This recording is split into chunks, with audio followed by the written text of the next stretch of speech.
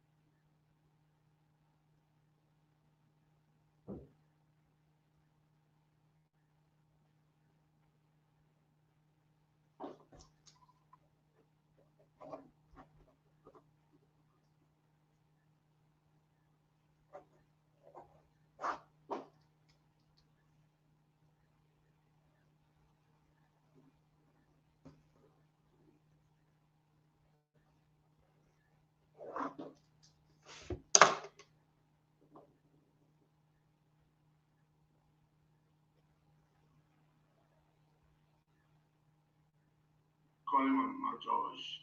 I thought a holiday carried a mail.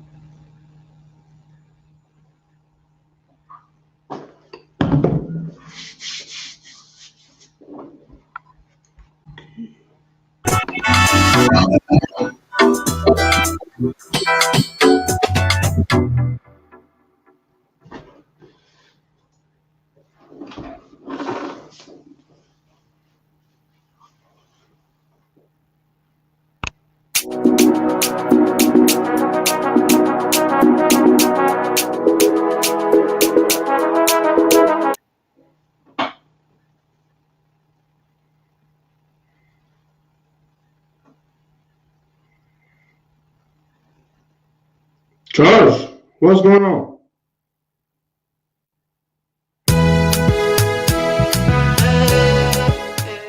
Are you looking for a property to buy or rent? Are you a property owner and looking for a quick and suitable way to sell your properties? Are you looking for a house, an apartment, or land to buy in Liberia, West Africa? Look no further, because Superior Real Estate has all the solutions to your problems.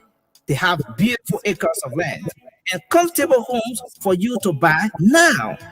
Registered and incorporated, Superior Real Estate is bringing honest real estate transactions and a peace of mind to all their clients. Located in Pizio, Superior Real Estate can be reached on 0880 544 111 or WhatsApp them on +231 775 8610. You will never be disappointed. Superior Real Estate. Real estate you can trust. Papa, pray, shower your blessings.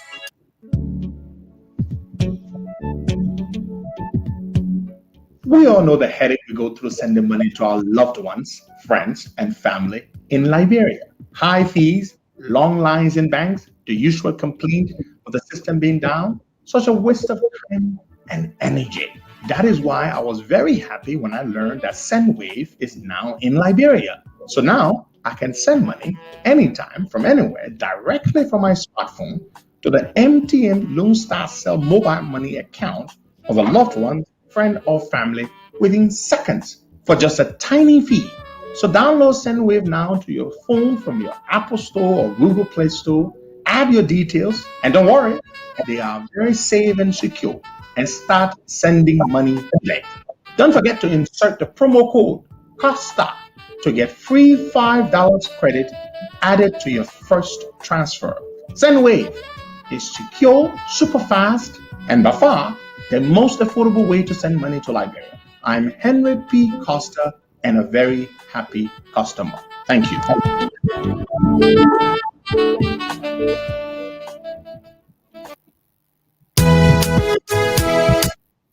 This love that make me shamanya. I'm a little baby, marama.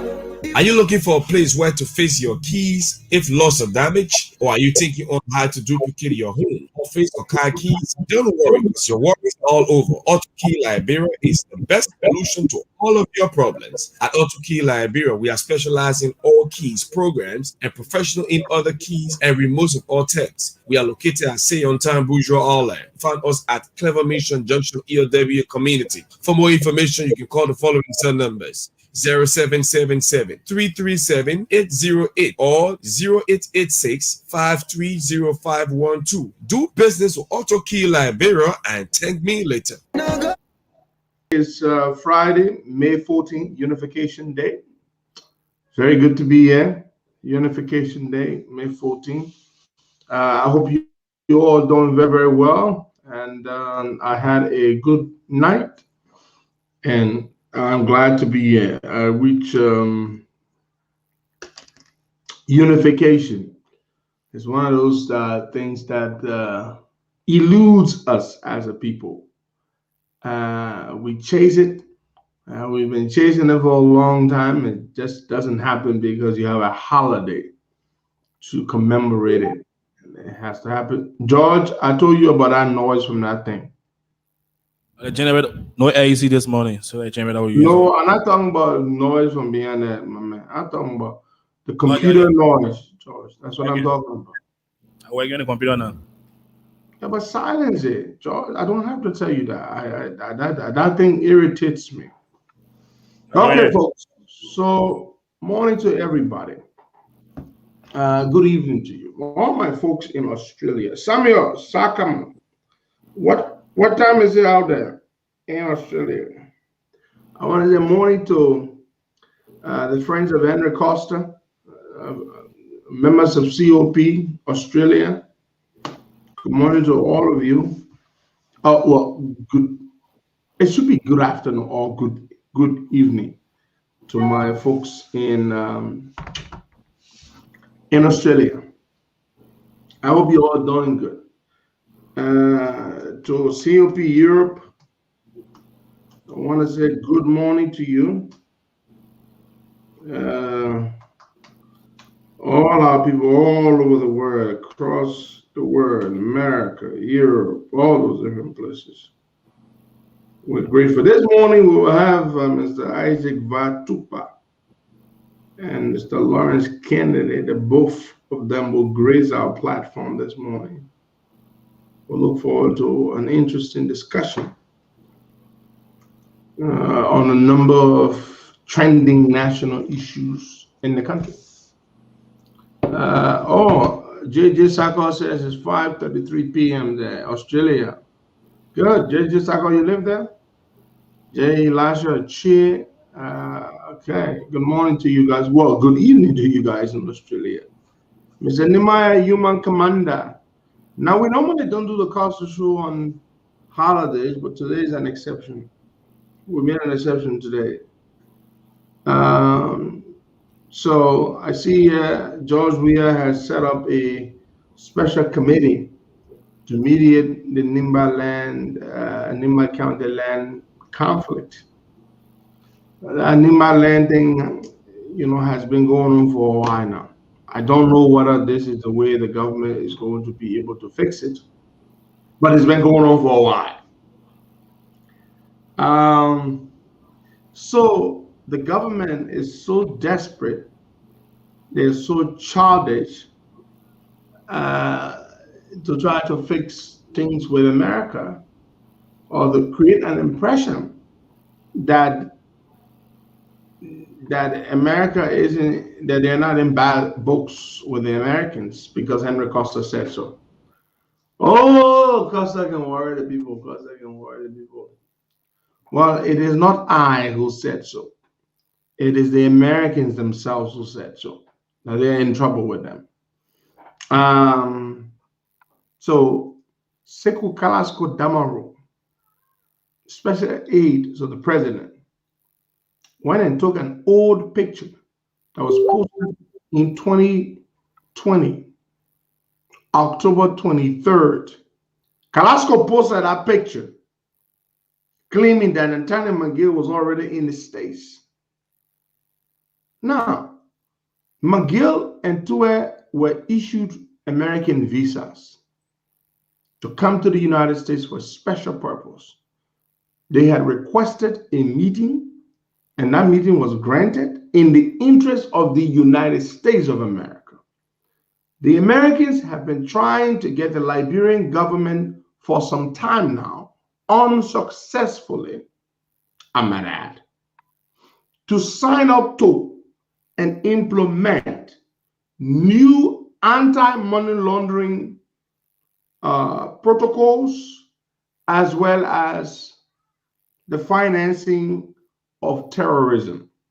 Now, our government had been reluctant, and I can understand why they would be reluctant to commit to apply and execute or implement regulations that make it difficult to launder money and to finance terrorism. And you may be wondering, why terrorism? A number of businesses in Liberia over the last couple of years have been, those businesses have been affected by have been designated by the Treasury Department as sources of finances or sources of finance or financing for terrorism. They've been doing that. So the Americans have been doing that for a while. And so what the Americans want is our government to cooperate, to lend its cooperation. Now, the reason they gave them the visas is not in Liberia's interest per se, directly. It's not in Georgia's interest. It is a good thing to fight money laundering. Money laundering is a terrible thing. Certainly, the stopping or stemming cash flow to terrorism is a great thing. It's a win-win. It benefits everyone. But our government doesn't see it that way. You understand? Nobody told you there was no sanctions. Sanctions are still coming. Nobody told you there were no sanctions. So when our guys requested the visas, they granted 2 visas. One to McGill, one to Tue. They're supposed to come to meet the folks at FinCEN, the Financial Crimes Enforcement Network. This is a bureau within the United States Treasury Department. Their job is to regulate the monetary sector. That's their job. That's what they do. They would bring sanctions. They would ensure that you're not engaged in money laundering or you're not engaged in terror financing, all that kind of stuff. So it is these people that our government that these guys are coming to meet. Because finally they say, okay, yeah, all right, we will support, we'll sign up and we'll support it. So now Carrasco takes this old picture. He takes this old picture. He posts the picture that McGill is in the States, which is not true. McGill was not in America. McGill actually left yesterday, according to a reliable source. McGill was not in America. But the point is, why would the special aide to the president lie that the Minister of State is in the United States? And there is no way Carrasco could not know that McGill had not arrived in America. There's absolutely no way. It was a bold-faced, deliberate lie. Why? Because here is a government that is desperate to prove or to disprove us that they are not in good books, that they're not in good books with the Americans. No. They want to say that they're in good books with the Americans, of course. Now, we know better. We've read reports. We've heard comments by senior-ranking American government officials, and we know. But why would Carrasco tell such a lie? It goes to show how limited these guys are. Now, Maxwell Kimaya tried to get a visa. I'm told he was denied. But forget who was denied, who wasn't denied. But that Carrasco would write such a thing on Facebook. It's just, it just tells you that these guys are doomed. Now you are celebrating getting a visa to come to America. Is that how bad things are for you guys? It's a big deal now to get a visa to come to America. Yes, it's a big deal for them because very soon, when both lists are completed, the sanctions and the visa restrictions, these guys will not be able to come to America. No. So we're going to get Isaac Vatukpa, and we're going to get Lawrence Kennedy on the program with us this morning. Both of them, we had them briefly yesterday. And also, I want to talk to you about this. So yesterday, on the Senate floor, which was Thursday, there was a debacle ensued between Dillon and Prince Johnson. And apparently, Dillon mentioned the War Crimes Code. He threw in a jab. That was not what they were really talking about. It was not really the item on the agenda. For some reason, I think Dillon just wanted to poke at Prince Johnson. And every time, of course, at the mention of the War Crimes Code, Prince Johnson gets irritated. Oh my God, he gets irritated. And so he didn't take kindly. He did not take kindly at all to the mention of the War Crimes Code. He was raging. He said, there's no War Crimes Code that will come to Liberia, and it's not going to happen. And this and that. He went on and on and on and on. I mean, Prince Johnson gets so angry at the mention of the War Crimes Code. Don't mention War Crimes Code near Prince Johnson. He goes on. Now, yesterday, George, I'm going to send this thing to you. I want you to play it. Yesterday, Prince Johnson, it is 3. About the audio about Prince Johnson. Do you have that? I want you to play it. No, yeah. There's a particular one I want you to play, Joe. Hold on. I mean, this guy has no remorse. And of course, he embarrassed George Weah yesterday. That is, if Weah can ever get embarrassed, by saying that Weah will protect him. And Weah will never let him go to jail or to bring the War Crimes Code. Now, go ahead, George, play. Okay. You got it? Yeah. All right, go ahead. So is that what you okay? Then you test me back to see I understand. So is that what you plan to do? The one I was supposed to back? Nobody, Liberty Party, Unity Party will never ever get one support from me. We always support George Weah. Okay? Because George Weah is a man of peace. All right? They come up post store our money, they house it, they avenue. Broad Street, America, all over what we call it, God, they find a house, trace a road, then you come in criminal, right? So they grow and the criminal will go now to support each other. No, I tell you. Nima County will never, they already never happen here. It's on the Facebook. They will never, you see, they do this and they come to my house and they never talk to me.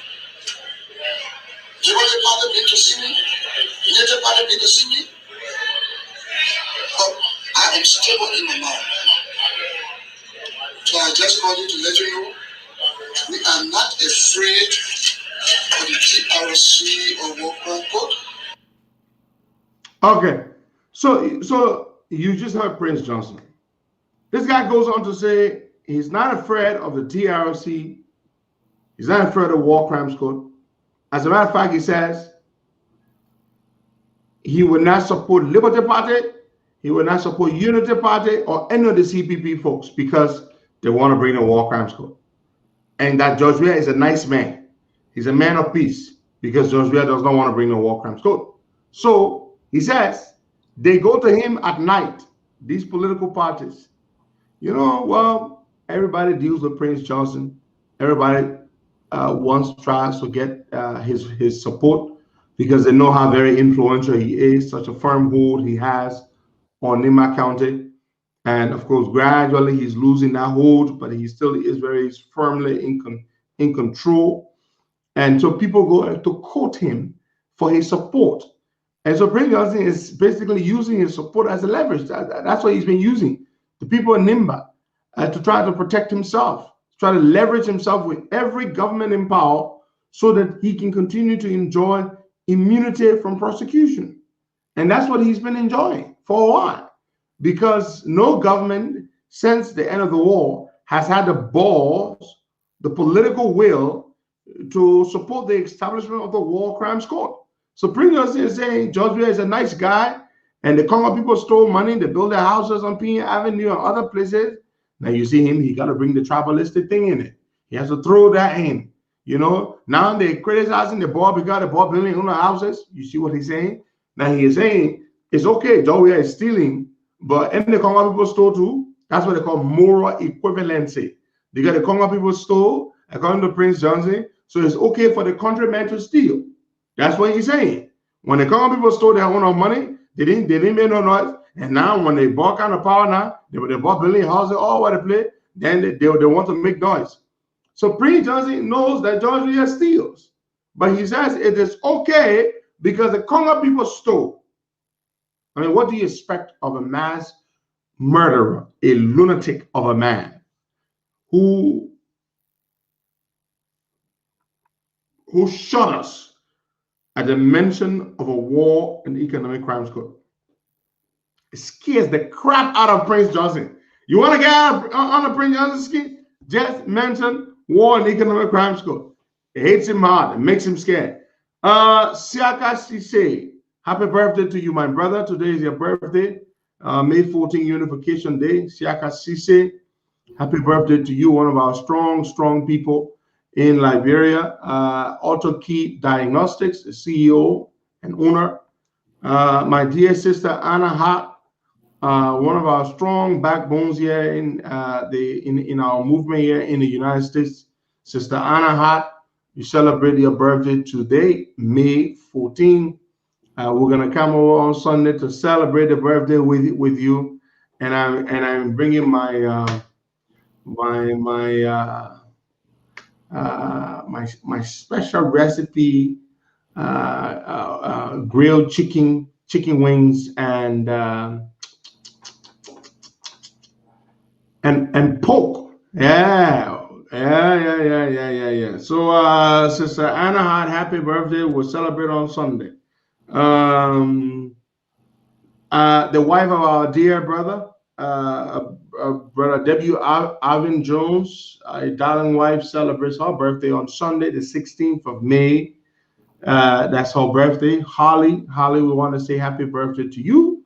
Happy pre-birthday to you as you celebrate your birthday on May the 16th on Sunday. Happy pre-birthday to you. Now we're gonna go and we're gonna go and take some calls there from our folks listening. Today's Unification Day, of course, is one of those insignificant holidays we have, which really doesn't mean anything at all.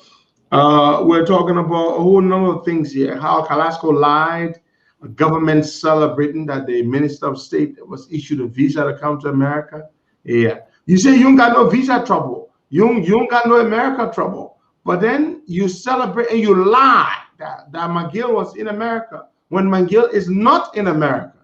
You take an old picture published on October the 3rd, 2020, and you repost that picture as the senior aide to the president, and you lie that the Minister of State was at the U.S., the Liberian embassy in D.C. I mean, what kind of bloody lie is that? You know, what a terrible lie. And Prince Johnson goes on the record and says that George Weah is a rogue, but it is okay because the Congo people stole. So it's okay for George Weah to steal. You know, he also says that the reason he's supporting Weah and he would not support the opposition is because the opposition wants to send him to prison for war crimes. George Weah, on the other hand, will protect him because he's a man of peace. That's according to Prince Johnson. This is an indictment on George Weah. And George Weah, if he had the courage, the balls, he would issue a statement to say, hey, I don't support the culture of impunity. But of course, George Weah will never do such a thing. George Weah is a depraved son of a swine. He would never do such a thing. He will never do such a thing. He will never do such a thing. Prince Johnson was right to say Weah will protect him because that's true. Look how Prince Johnson, this is condescending, this is very insulting to the people in Nimba. That this man would sit there and would brag that he controls the people in Nimba. That's what it is. John Sabo, that's what it is. The man is bragging that the people in Nimba County belong to him. They are his marbles in his pocket. And he can play them however he sees fit. Damn it. Oh my God, this is so sickening. He controls the people in Nimba County. They belong to him. They are in his pocket, and he controls them, and he owns them, and he will decide who to give the people in Nimba County to when the elections come. Crazy. Now we're going to go and take Isaac Vatupa, and Larry will join us later. Isaac is on his way out of state, or he already is out of state. Let's see whether we can take Isaac. Isaac, good morning. Good morning. Good morning. How are you? Good, man. I see you are on your way out. Are you at the airport or something? Yes, I'm in Vegas already at the McCarran Airport. Just got to take time for the show. So before I take my Uber to the Bellagio, you know. Good. Beautiful spot, the Bellagio. Very beautiful hotel, man. That fountain always amazes me, you know. I know. It used to be like that in the executive mansion before, way back. Well, my brother, I don't know whether we're going to ever get that back. No. If they fix it on a George Weah, they will say that the first time we now have executive mansion. Everything is a first with them. Everything is a first. But simply because you never knew something existed doesn't mean it didn't exist. Precisely. Isaac, what's trending now is the comments made by Prince Johnson, quite disturbing, extremely disturbing. I mean, he's talking about how Weah protects people such as himself and how Weah is a man of peace. He's not going to prosecute him. And the Congo people stole, they built houses on Pina Avenue. They're now complaining because the country boy is stealing. Can you imagine that sort of lazy moral equivalency? And it's nothing about imagination. It's what Prince Johnson has been doing consistently. He plays on the mentality, unfortunately, of many of our people who don't understand some basic things. You know, he has positioned himself as the savior of Nimba County, and always threatens like some war is coming, or or he can disrupt any kind of stability in Liberia, and they don't bring it in for questioning. For Mo Ali or Jabate or other people, they be brought in. His question or the statement he made, he should be brought in by NSA to explain what he means by turning somebody's table upside down, or what he means by disruption. He's an official of government and he's not filtered. He doesn't know how to approach these things. Like you said, as soon as you mention war crime code, he gets nervous. So you justify, they were killing other people, so you should just kill other people ruthlessly and brutally. Is that your justification? And that's a mindset we also have to look at with, many of our other people. That they're on a rogue, they're on a criminal, they're on a killer, is okay. If you're on a criminal and killer and rogue, that's not okay. So until we teach our people and spread that mindset that, impunity and people just making like crazy comments in order to defend their fake position, we're not moving forward. Very sad. Larry, good morning and welcome. Thanks for joining us. Good morning, Pedro. Good morning, Isaac. Good morning, Larry, Patrick. you're already low. You want to do something about that? Okay, let me adjust that. Continue with Isaac. Let me adjust that. Okay, all right. Now, Isaac, there's Yes. another thing he said, though, which is an indictment on George Weah. When he talked about the so-called Congo people getting rich and stealing, and by, of course, clearly, I mean, the Congo people were in power for the hegemony for 132 years. There was a lot of stealing that took place. But to try to play that game of moral equivalency, I mean, he's not dumb. He's trying to play Weah. That it's okay for Weah to steal too, because the Congo people stole, and therefore he's in solidarity with Weah's stealing. I mean, can you imagine that? Again, that is Prince Johnson ploy. He consistently does that in terms of aligning negativities to say we are now united on this issue. Let's protect ourselves, or let's ensconce ourselves in this mindset against other people. And that's what he does until, what did Weah or the CDC come to power on what basis? We definitely had a major issue against our war criminals, and we wanted to push war and economic crimes court. We also had a major issue with the level of corruption, the historic corruption that we have in our country in terms of the system, and a few people benefiting. We wanted to make this for the masses. What happens now is only an elite few that's supposed to be enjoying, and Prince Johnson is one of those who used the war and now is benefiting from the war. And he wants to align himself with whatever kind of corrupt activities in this government and say, oh, we the one that it's our time to eat. And that's the mindset of McGill.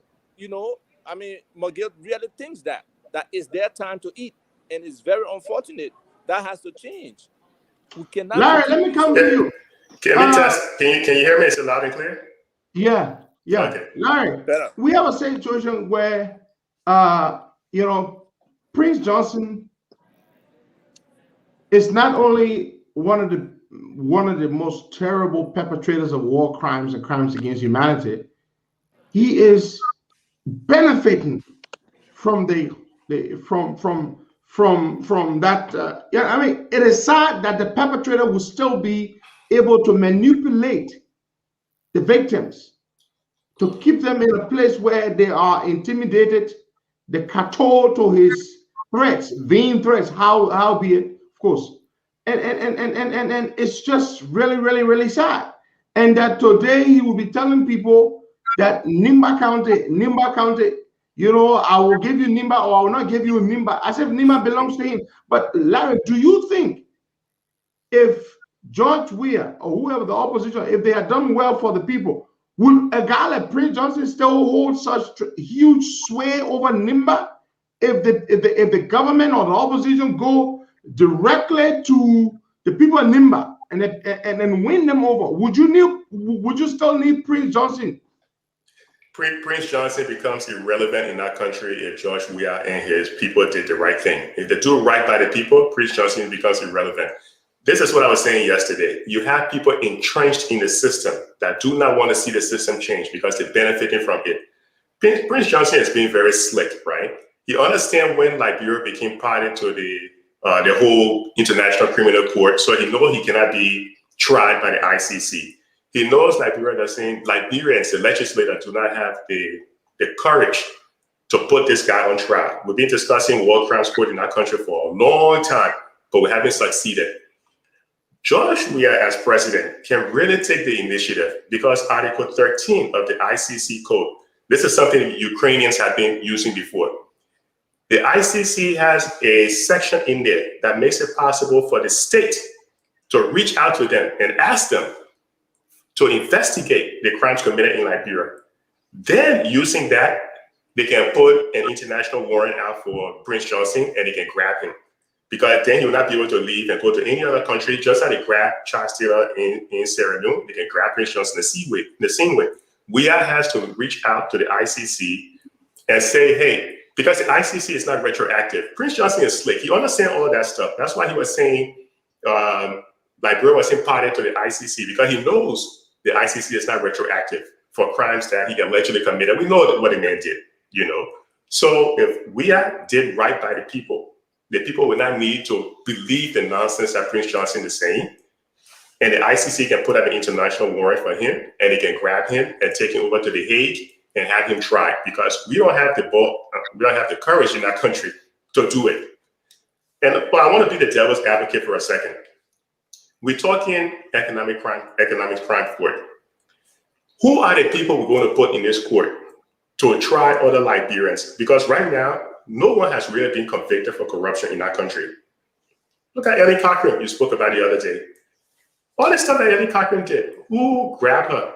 Wasn't the U.S. Department of Justice that grabbed her for the same scam she's been running? So I want to play the devil's advocate and say, who are the people in that society that will sit as jurors on that economic crime court that are not sitting right now as jurors in the current judicial system to prosecute people for corruption? So who are we going to use? That's very sad. Now, the other day, Isaac, the Chief Justice, speaking of the corruption within the Liberian judiciary, which has been well litanized by tons of local reports and international reports, especially coming from the Americans, the Chief Justice himself, for the first time, openly admitted that the judiciary is extremely corrupt, that judges solicit bribes in order to grant favorable rulings. And his justification was that they are lowly paid. Now, I think, does that make sense? Is that a good reason why a judge should be corrupt? It makes no sense, but it's not only the judge. It's from the clerk, it's from the sheriff, it's from everybody. Every action that's supposed to be the responsibility, whether it's typing a paper, typing a ruling from the judge, or, you know, like some kind of, let's say, contempt of court document, or just to go pick up an item, you got to pay them. So this process is, the whole judicial process is very, very corrupt. And that solicitation of bribe, I mean, sometimes it's even public when you go to certain courts, how they do it. They will come to you and say, my man, you don't get something, the judge can't do this. When your case is clear cut, that you have, you still got to pay. Yes, you got to pay. You got to So pay. incentivize the judge to simply deliver justice. No, you don't get justice. You pay for justice in Liberia, unfortunately. It's not a part of the system. It's systemically set up that people have to spend money and bribe their way through the system to benefit. That's why a lot of times the poor people don't get justice. That's why we still have all these land issues. That's why we can't get anything straight, because the decisions usually made are flawed and based on individual resources than actual legal precedents or actual legal rights in a particular situation. My man, Pedro, you can catch people on video. Remember where's the guy, Mads Kruger, the ambassador, the movie? The Danish guy. The Danish guy. He had people on video. The man bought diplomatic passport and was traveling to the Central African Republic as a Liberian diplomat. One person went to jail because of that.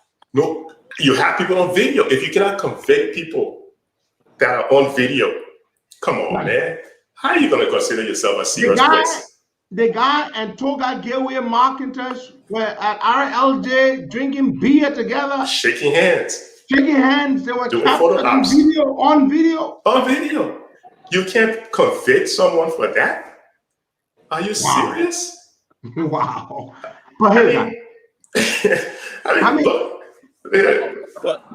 But didn't we have people on audio one time dividing the mineral resources or the funding for the mineral resources? I remember, I think, what's her name? The lady who's the lobbyist for Ellen. They were in out of hotels. Yeah. You know, and they were talking about how to divide the money and stuff like that, and nothing came of it. So we have no justice system. It's unfortunate. We don't. So who becomes the jurors in that on the economic crime court? Who do we use? That's another issue. We have to outsource it, guys. Exactly. This is why. Yeah, go ahead, Alan. Some people profession. Is it true that in some people profession basically to be professional jurors, they usually are the same cycle of people that are That's true. That's very true. And guess what? And you better protect those jurors well because they are very susceptible to being induced. And the jurors can pick the kind of cases they want to sit on. Case with a lot of money, that's a very juicy case.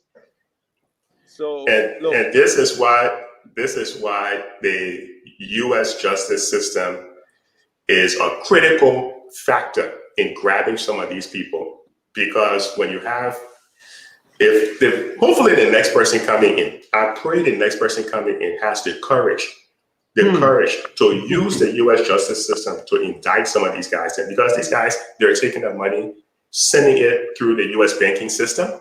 And by doing so, the U.S. can grab you at any time, indict you, and throw you in jail. In fact, the U.S. is now reaching out to Australia and to the U.K. to make sure that these guys don't have places, or corrupt government officials do not have places to hide their money.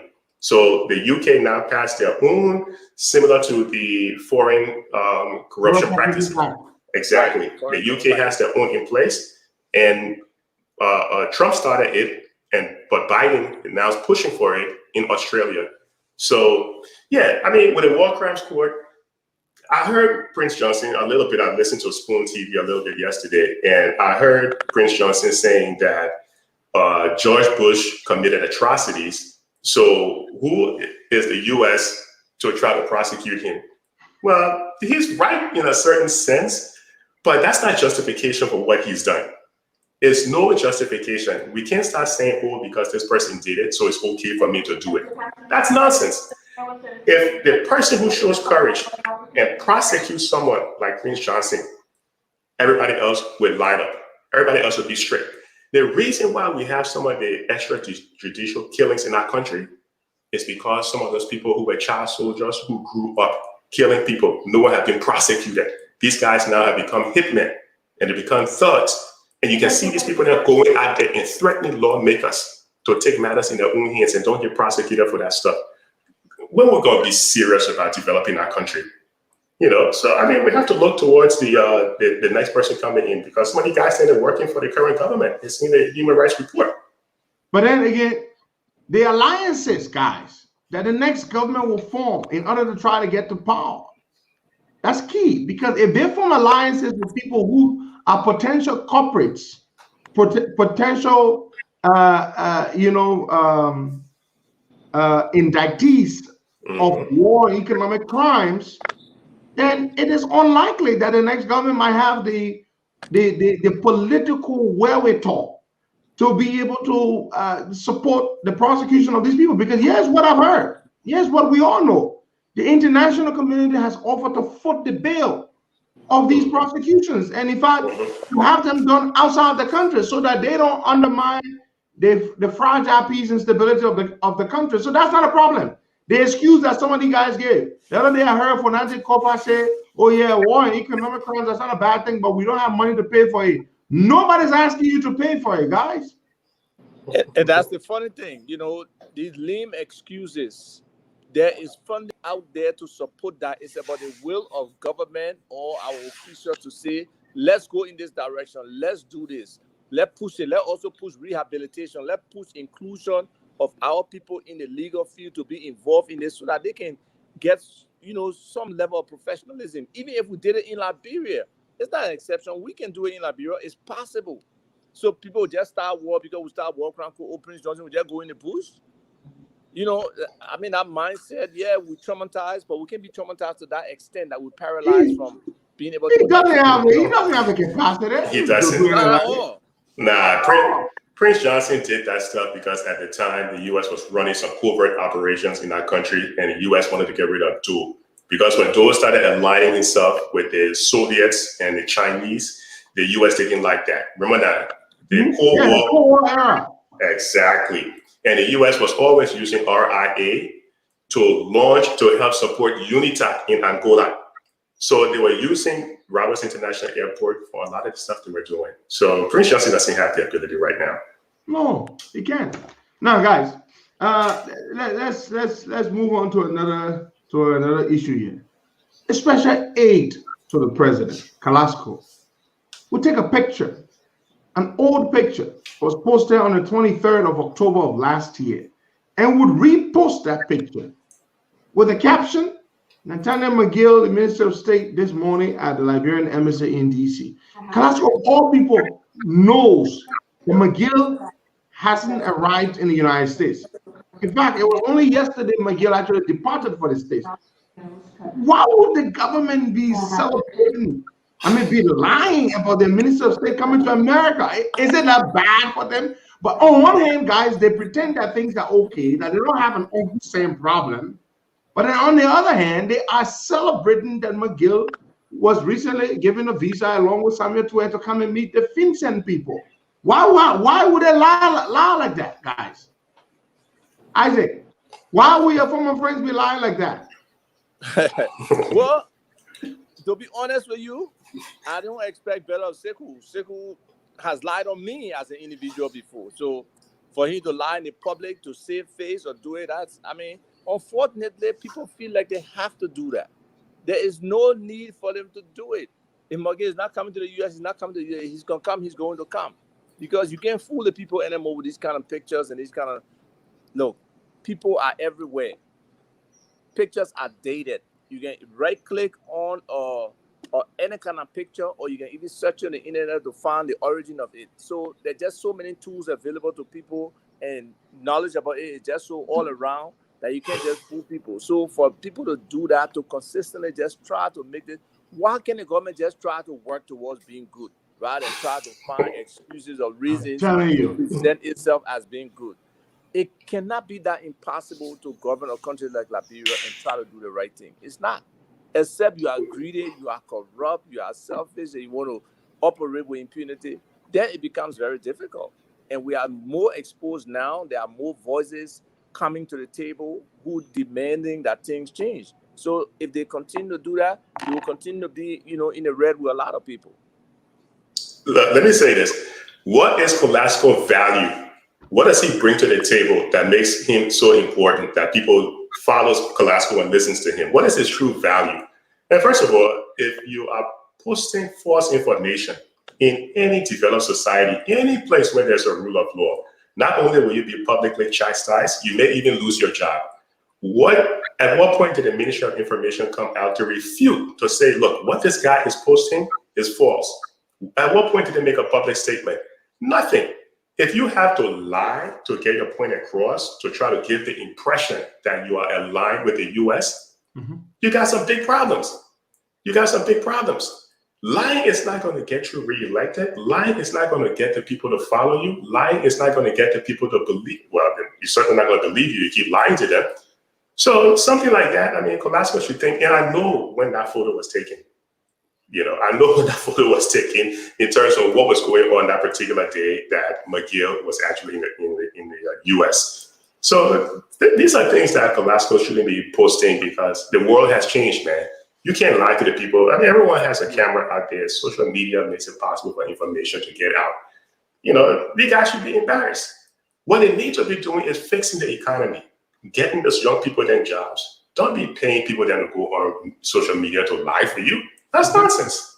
That's absolutely disgraceful. Not in this day and age. Folks, thanks for tuning in. You're listening to the Costa Show. We have, let me try to get Isaac back here. We have Isaac Van Tupa, who's at the airport there in Vegas. And we have Mr. Larry Kennedy from the comfort of his home in Delaware. And we're discussing a whole host of issues here. Guys, next year will be essentially, campaign will begin next year, 2022. This year is almost up. Today is the 14th of May. We're pretty much midway. And not only were things bad in the country, COVID has just hit them harder. Now it's a double whammy.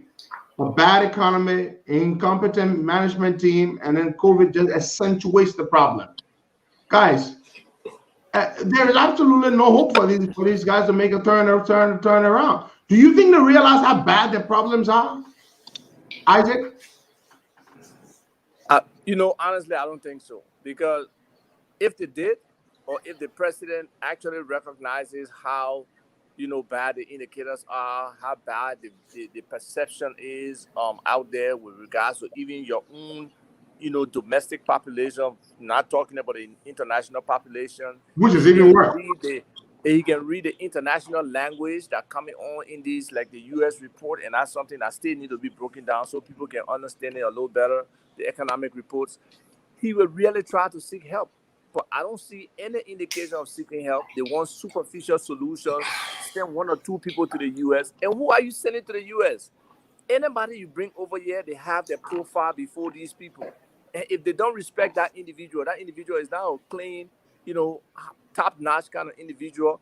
You're not going anywhere with the discussion.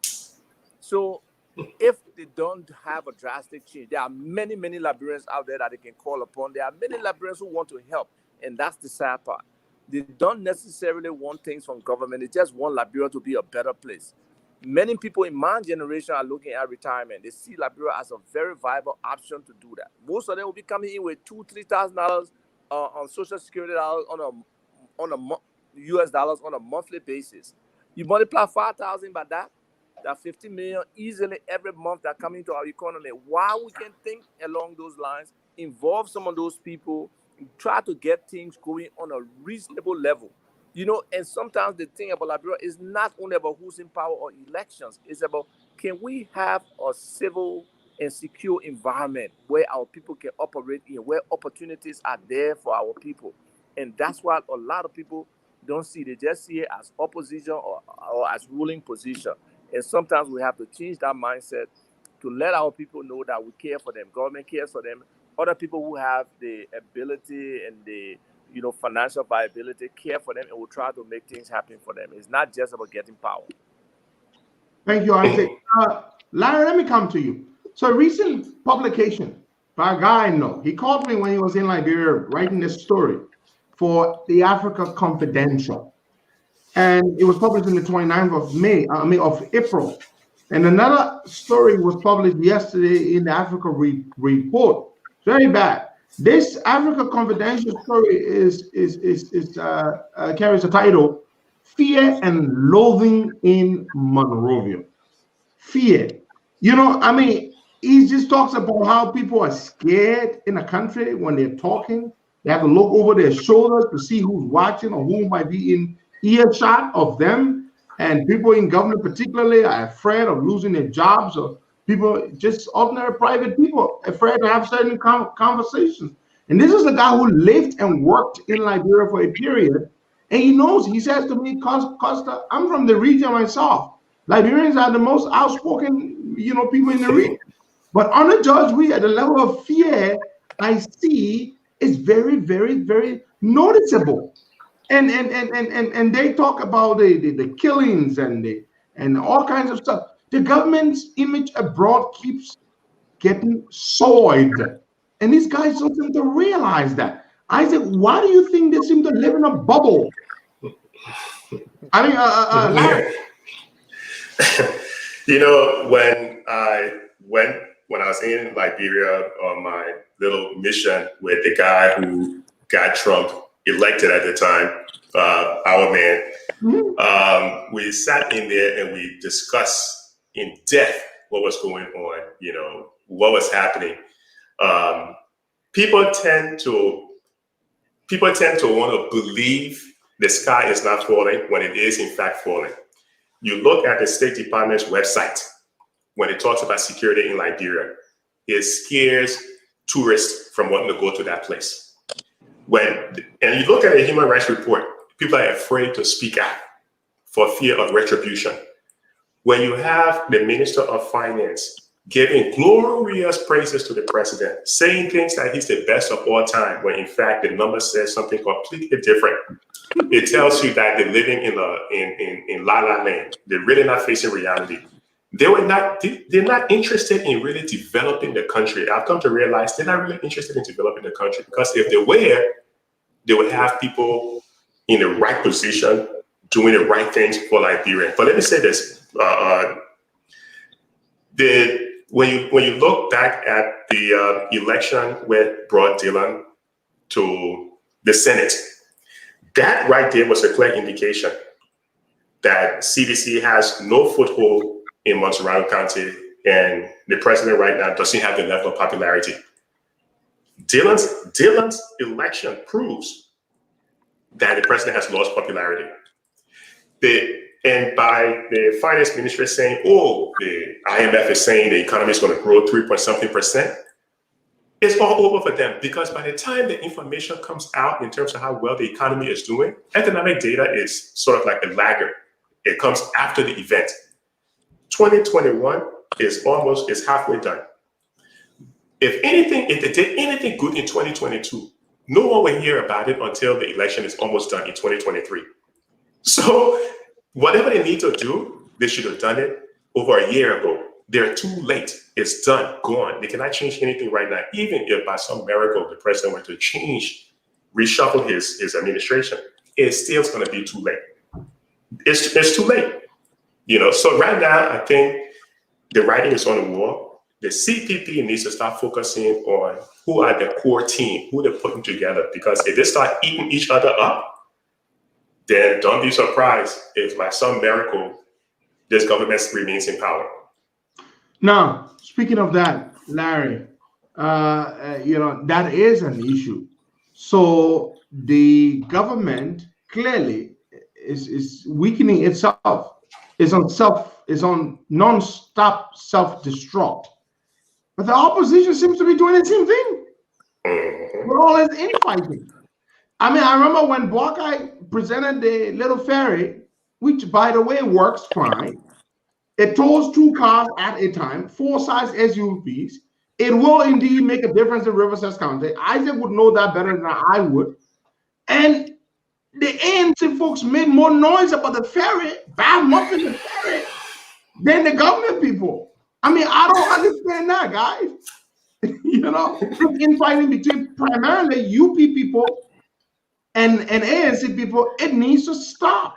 My man Costa, we need leaders to step up. When ANC people start bad mouthing other people within the CPP, Cummings needs to stand up and shoot it down. If UP people stop bad mouthing ANC people, Boycott needs to stand up and shut it down. Same thing with Liberty. Publicly, don't do it behind closed doors. Come out and make a public statement, and people will believe you and see you as a leader. Don't let your foot soldiers run amok.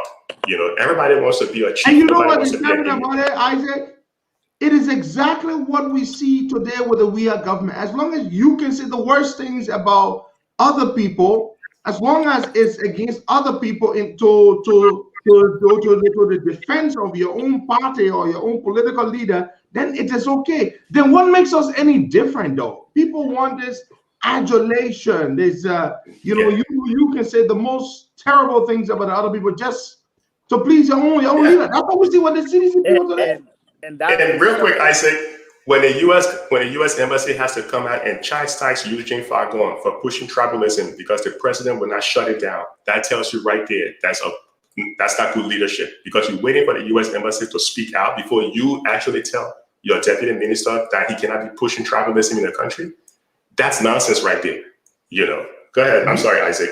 No, it's really sad where we are with this. Let me just touch on the opposition first.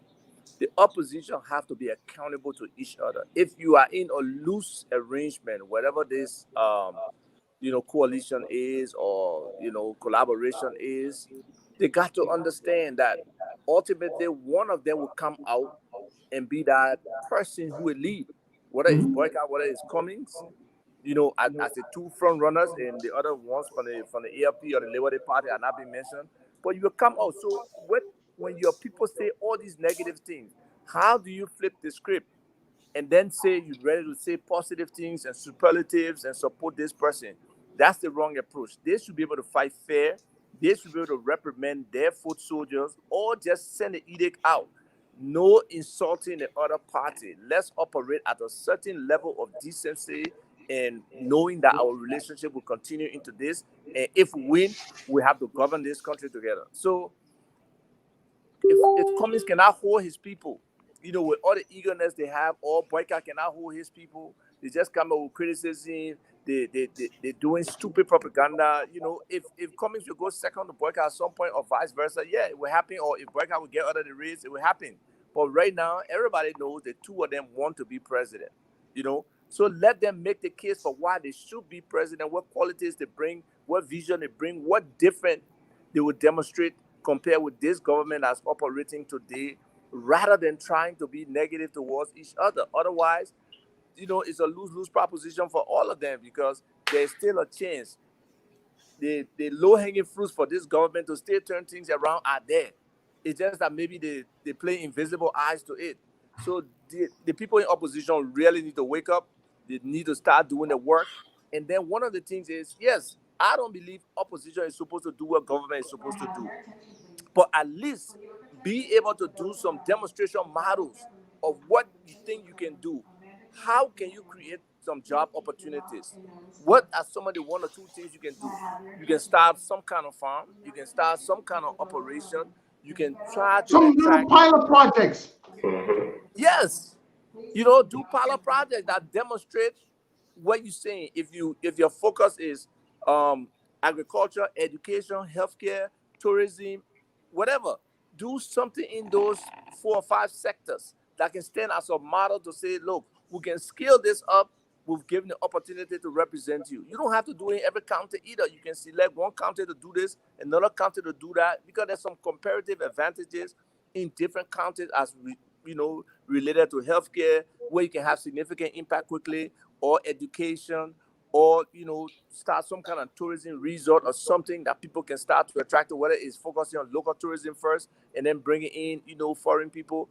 Look, our country is not the safest. It's still better than some countries. Our countries, people have fear and stuff like that, because I experienced what that person wrote about. That's a fact over there. And even sometimes your close friends will be scared, intimidated to connect with you, simply because they don't want a contract messed up or something they're chasing not to be giving up, for people to think, oh, you stay engaging with Ava, oh, you Ava man.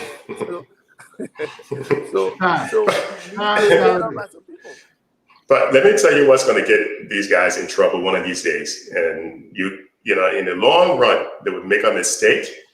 At some point, and on a security issue now, if for whatever reason, God forbid, they were to kill a U.S. citizen in one of the little things they're doing, the U.S. Embassy would take strong actions against them. Remember now, a lot of Liberians, the war displaced a lot of Liberians. There's almost 250,000 Liberians in the U.S. There's over 500,000 Liberians displaced around the world. They need to be extremely careful on the security side. Be very careful, because no matter who you are, the U.S. will always come and grab you if you were to harm them. And I say this not because, I'm trying to put some fear out there, but it's the reality. The U.S. run these covert operations. The U.S. can grab you no matter who you are, where you are at any time. And if we don't secure that place, we don't have the rule of law, we don't have the war crimes court and try people for atrocities in our country, we don't bridge the gap between the people on the ground and people in the diaspora. The diaspora can rescue that country because they have a lot of money. They can rescue that country. But this government needs to take decisive action. They need to reach out a hand. And the CPP also, on the other hand, needs to show cohesion. They need to come together and don't start eating each other up. Now, guys, thank you very much. We have some fundamental issues here. Nothing seems to be working. It is so sad. It's hard to talk about what's happening now or going back to where we were with the past government. Basically, Mr. Weah inherited a country that was clearly not as bad as it is today. Clearly not. I mean, you can say whatever you want to say about Ellen, and I'm not a fan. You all know I've got no lost love for her. But we had a fairly functional country. Things have gotten so bad. And the government keeps saying they're doing great. what a great job we're doing. We're better than the last government. Or what indicators, Isaac, you think these guys are using to measure their delusional utopian successes again? I mean, what are the indicators? The biggest thing I see them trying to do is say, oh, the Ellen government didn't do the Ellen government didn't do that, so it justifies them not doing it. But that's the basis on which you try to come to power. But there's no numbers to those comparatives. There are no numbers. And that's why platforms like these and other platforms that can speak to the issues and not be personal, but really try to break down the economy. Whether we're looking at the inflation rate over time, whether we're looking at the exchange rate over time, whether we're looking at the any kind of CPI, consumer price index, or anything that determines what the people's standard of living are. Those are the kind of topics that we should be focusing on, rather than just a lot of platform people just screaming and just throwing out baseless accusations or baseless statements. Some could be true, but they're not supported by facts. And that's how we need to change the diatribe, that how we need to change the narrative, the discussion, that we come in with substance that you can't refute. You cannot tell me that the decline in the economy, and not our numbers, that your own central bank numbers or the international community numbers that we're showing you. You cannot tell me people's lives are better today than it was yesterday, when yesterday they were paying 50 cents for a certain product or a certain basket of products, and today they're paying $1, $1.50. So we have to be able to demonstrate that in platforms like yours, where you have a significant number of people listening, you should give people who have that ability to do that the authority. Yes, sometimes our people want this sensational news. Oh, breaking news. But they have to understand day to day there will not be breaking news, but day to day people have to eat, people have to drink, people have to go to the bathroom, people have to get jobs to support their family. So we got to get into the bread and butter issues with substance and see how we can start to impact the minds of our people. Let them understand what their own personal obligation is as citizens, what the government obligation is, what that social contract should be, what's not there. And then we continue to find that other solution, that other option, that alternative that can lead us to a better situation. Thank you, Isaac. Larry, let me circle back to you. You are the financial guy here. According to World Bank data, which was published, by the way, Liberia saw 5% of its GNI, gross national income, wiped away. That means, as a country, we have 5% less income, less money in our pockets to spend. 5%, a drop in 5. You know what it means for a country to lose 5% of its income? That's terrible. Yet these guys have not come up with any kind of policies and programs to stem the flow or the hemorrhaging and try to resuscitate 5% of our GNI lost. I mean, in practical terms, Larry, what does that mean when you lose 5% of your national income? My man Pedro, to steal the phrase from George Bush, these guys are practicing voodoo economics. Because that thing they're doing is absolutely doesn't make any sense, right? And they can't blame Ebola, because the time that after Ebola, Sierra Leone, from 2018 to 2020, Sierra Leone's economy has done far better than Liberia. When Ellen left, the GDP and the GNI was rising. It wasn't the best economy, but it wasn't that as terrible as it is. As soon as this government came in, it has fallen 3 years in a row. We can't blame Ebola. Guinea economy has done much better. They too were hit with Ebola. So I look at Guinea, Liberia, and Sierra Leone and run the comparison, and I can see right away, okay, it's not Ebola. The pro-poor agenda that it came out, it was just a regurgitation. They were just throwing up stuff that they've written before, they've seen before. First of all, start writing reports that are 5 years, that will last for 5 years in Liberia. Don't write a report that's saying, oh, we're going to run this from 2018 until 2024. Because after every 2 years or so, things in Liberia changes. Ellen put out a plan. After 2 years or so, Ebola hit, the economy changed. They put out the PPAD. After 2 years, COVID hit. So just start writing those 5-year plans because it doesn't work in Liberia. The Liberian economy has contracted. Ask the government, how many jobs did they create? And having mobile models send people to go get jobs is not job creation. I don't know what these people are doing. Like, what planet they're on? That's not job creation. How many jobs are you creating with all the houses that are being built by the National Housing Authority? Can you give me the data to tell me how many jobs you actually created? I asked that question. They don't know. They don't collect data. When you look at the central bank report and the finance minister is saying we have budget surplus, they want to have budget surplus because they're borrowing a lot of money and they're treating the money as surplus. But that's not even a surplus. It's borrowed money. That's why I say it's voodoo economics. But they're lying to their people, and somehow people are believing it and saying this is the best president ever. No, stop lying to the people. It's not budget surplus. Your debt to GDP ratio has doubled since Ellen left, meaning you're borrowing more money. What was it that got Doe in trouble? What was it that made the U.S. government send 12 to 15 financial experts to go and manage the central bank, manage the Ministry of Finance, and everything else in that country? It was because Doe had so much debt. The U.S. government was concerned about repaying the debt. This government has accumulated a lot of debt. They cannot borrow money from the international community because they have bad credit. The accrual report, I don't understand how they can say one thing when the data says something completely different. The accrual report shows the money was stolen. It's in the report. But yet they come out and say, oh, nothing was stolen. You're saying you give money to money changers. Some of the money changers saying you never give us money. What kind of stuff is that? Larry, the accrual report is even less incriminating and indicting than the PIT, the one that was set up by the president. That one is the one that goes into the gory details of how money changers were manufactured. These guys literally manufacture money changers that did not exist.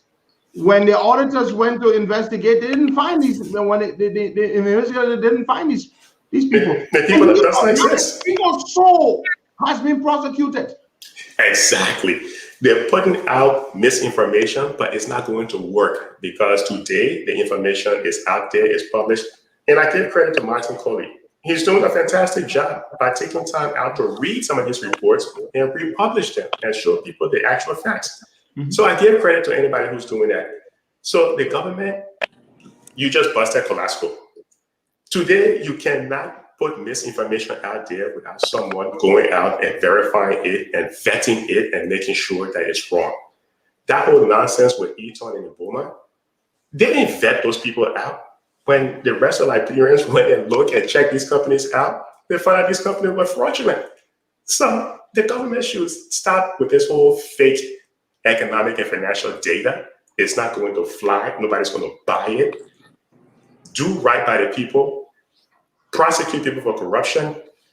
Let's see a true economic plan. The guy that came to power with no economic plan, but somehow we expect them to now have one 3 years into it's not going to happen. The writing is on the wall. They're going to be booted out, not unless by some miracle CPP collapses and they get reelected.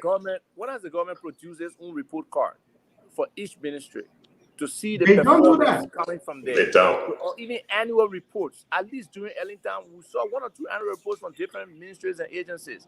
But there is no accountability here. There is no performance management. And sadly, President Weah does not understand governance. So how can he really monitor people? And that's where sometimes I blame myself, assuming that what he was saying about being able to bring qualified people around him to help him. He was never going to do that, Isaac. I always knew that. My man, you support that. The guy is intimidated by qualified people. That's why a guy like you was never you were never brought in. No, that's fine, but Costa, there are many other Liberians who are more qualified than me. No, Isaac. I think now you're convinced. Mr. Weah likes yes men. People who absolutely agree with whatever he said. He's the least intelligent in the room, and this is a fact. You said with George Weah, this is one of the reasons why I always found it difficult to support Weah for president. I'm not the most far from it. I'm not the most intelligent person, right? But I just think that the guy that I would make or try to make president has to be very intelligent, has to understand, has to have a fairly decent understanding of a whole number of things, but particularly on governance and issues, has to have some original ideas of his own before I consider making such a man president. But the idea that, yes, he doesn't know anything, but he could hire people who might. It's something that didn't fly with me. And yeah, we are. He like the likes of McGill. McGill is a classified sycophant. So is Samuel Twag. I mean, you look at the guys. Look, I mean, you see when we are talking, these guys, they are in adulation of this man. You know why, guys? Look at where he lifted them from. For them, it's personal. You know, Isaac, when I ask you guys about the indicator, what do these guys base their purported extraordinary successes on? They base those successes on what? Their own personal their own gratification, their own edification. Yeah, that's a fact. Yeah, Miguel used to live in that place. Today he bought a $200,000 house. Samuel Twain is one of the most generous guys in the country today. People, have you seen the crowd at Samuel Twain's house? Isaac, is a nearly daily presence. No, I haven't been in that zone, but Samuel Jackson told Isaac, me. I need to send you guys the picture. Every freaking day, Larry and Isaac, there are droves of people at 16th Street residents. Droves of people. Such dependency. How do we move our people? What I mean, look at just simple things. Man, I can't live like that, guys. But simple things like I can't come out of my house every day and see 50 people outside my house are begging me for money. I can't live like that. Rather than create programs to benefit the entire population, you're handing out chump change to a handful of people, and those people that go on social media and speak for you and lie for you. If we even take a closer look at the economy and say, look, we got by law the Investment Act of 2010 or something like that. These 16 areas that only Liberians should operate in. Even if Liberians are not qualified or capable, and I believe it used to be 20-something before, and Ellen cut it down. Yeah, it was 27. 27, right? So let's take these 16. Supply of sand, block making, peddling, travel agencies, retail sale of rice and cement. All these things that are supposed to be for Liberians. Even if they don't have the competency, we have talked for the longest time. Let Commerce come up with some kind of small business support agency that can help Liberians understand how to do business. Hello, let me hold you right there. Speaking of Commerce coming up with a small business thing, about a year and a half ago, the government launched a $3 million small business loan scheme. Right, Wilson Tapper was there at the time. Did you know yet Jimama Wolokoli and Wilson Tapper going at it over how the money was stolen? but and at the same thing they would say, oh, and the $4 million that American and it too. Exactly, the SDR, right? So where do we go? And where do we go? When they accuse them of stealing the money, they say, yeah, but oh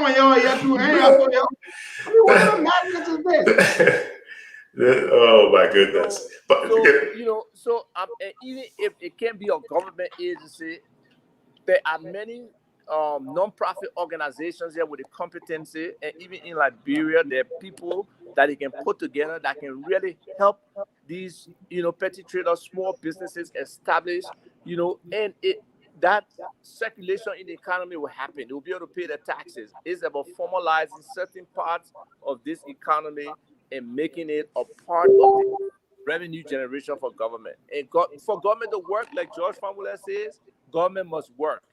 I don't see our government working. I don't see our government really working for the people, really working to make a difference, really having a clear vision of how we get from this declining economic situation into a positive situation. There's no crosswalk. There's nothing clearly defined as to how we do it, which sectors will be impacted, which sectors will be the growth sectors to be invested in, and all of that. So the opposition the opposition have a huge opportunity here to start to make a difference, to start to demonstrate to the Liberian people they are serious about changing their lives. And if they can't do it, it will just be by default if they win.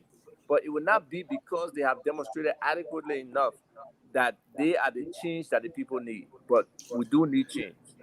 Iva, I mentioned earlier about how the diaspora can really help build that economy. And I noticed someone commented that how can the diaspora help when the diaspora brought war to the country? Let me correct that real quick. Please do. Take a look at the remittances. On a per capita basis or on a percentage of GDP, Liberia, right behind places like Nigeria, gets a lot of money from the diaspora.